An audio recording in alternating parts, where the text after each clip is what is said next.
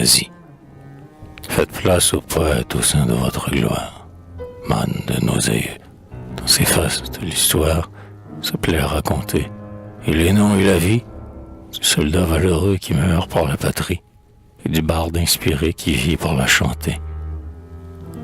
La noble empreinte du génie brillait sur ton front soucieux. La lutte que te donna les cieux avait une mâle harmonie, et sous tes doigts, de toutes parts, il jeta des notes étranges. On eût dit l'éclairant des anges sonnant sur nos vastes remparts. Pourquoi, dans un moment funeste, pourquoi, barde, le vil métal vint-il à ton hymne céleste unir, hélas, son chant fatal? Voulais-tu, dans ce temps néfaste, vider la coupe des plaisirs? Voulais-tu voir de chauds désirs s'éveiller en ton âme chaste?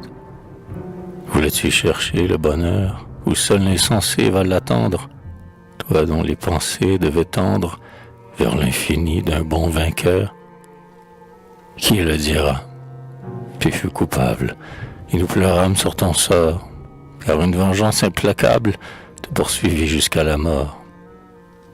Le repentir en sa couronne, à ton front chargé de douleur, l'ange de Dieu sèche les pleurs. Le calme, aujourd'hui, t'environne. Tout meurt dans le passé qui fuit. Seul l'éclat de ta renommée, comme une planète enflammée, traversera la sombre nuit. Si la vengeance mal éteinte voulait évoquer ton forfait, alors l'expiation sainte devant elle se dresserait. Barde, as-tu revu dans tes rêves les chants où dorment nos héros, comme les flots après les flots viennent déferler sur les grèves? Les doux souvenirs d'autrefois sont-ils venus à ta mémoire? As-tu revu nos jours de gloire quand nous combattions pour nos droits? As-tu revu, dans ton délire, flotter le sublime haillon que chanta tant de fois ta lyre, le vieux drapeau des carillons? Faites place au poète au sein de votre gloire, manne de nos aïeux. Dans ces fastes l'histoire se plaît à raconter, et les noms et la vie du soldat valeureux qui meurt pour la patrie, et du barde inspiré qui vit pour la chanter. Nos muses ont gémi lorsqu'un jour, la tempête, noyant ton ciel d'azur, courut de l'horizon. Tu franchis alors, triste et courbant la tête, pour ne plus le revoir, le seuil de ta maison. Ton âme s'abîma tout à coup dans le doute de l'exil. En pleurant, tu pris la sombre route, cherchant en vain, hélas, de quelque vieil ami, pour l'appuyer parfois, le bras encore fidèle, lorsque tu déposas ta lyre solennelle. Nos muses ont gémi. Que vois-je en tout lieu? Des murmures étranges, des soupirs inouïs qui passent dans les airs. Les rameaux vers le sol courbent leurs longues franges. Les ruisseaux, tristement, promènent leurs flots clairs. Les morts que tu chantais gémissent dans leur bière. Tes chants étaient pour eux une douce prière qui partait d'un autel et montait jusqu'à Dieu. Les oiseaux sont muets dans nos fraîches vallées. Rien ne consolera nos rives désolées. Que vois-je en tout lieu? Nous retirons tes chants, et la patrie, en larmes, viendra s'agenouiller auprès de ton tombeau.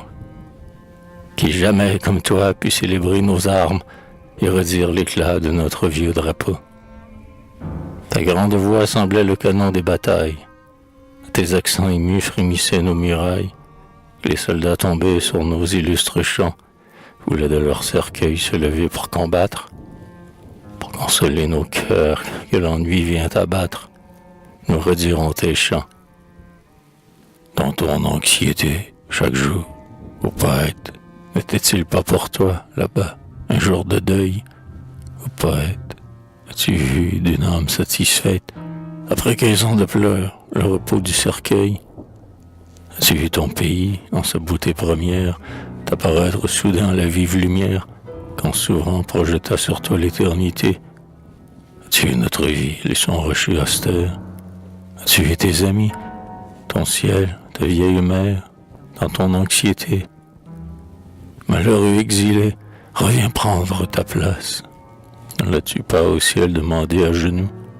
Deux fois ton regard a suivi, dans l'espace, le soleil radieux qui descendait vers nous. À l'horizon lointain, dans un rayon d'opale, espérais-tu toujours voir la rive natale? À ton ardent appel, lever son front voilé, que deux fois ton regard interrogea l'étoile. Que deux fois il suivit la vagabonde voile. Malheureux exilé, faites place au poète au sein de votre gloire, manne de nos aïeux. On s'efface de l'histoire, se plaît à raconter, et les noms et la vie, du soldat valeureux qui meurt pour la patrie, et du barde inspiré qui vit pour la chanter.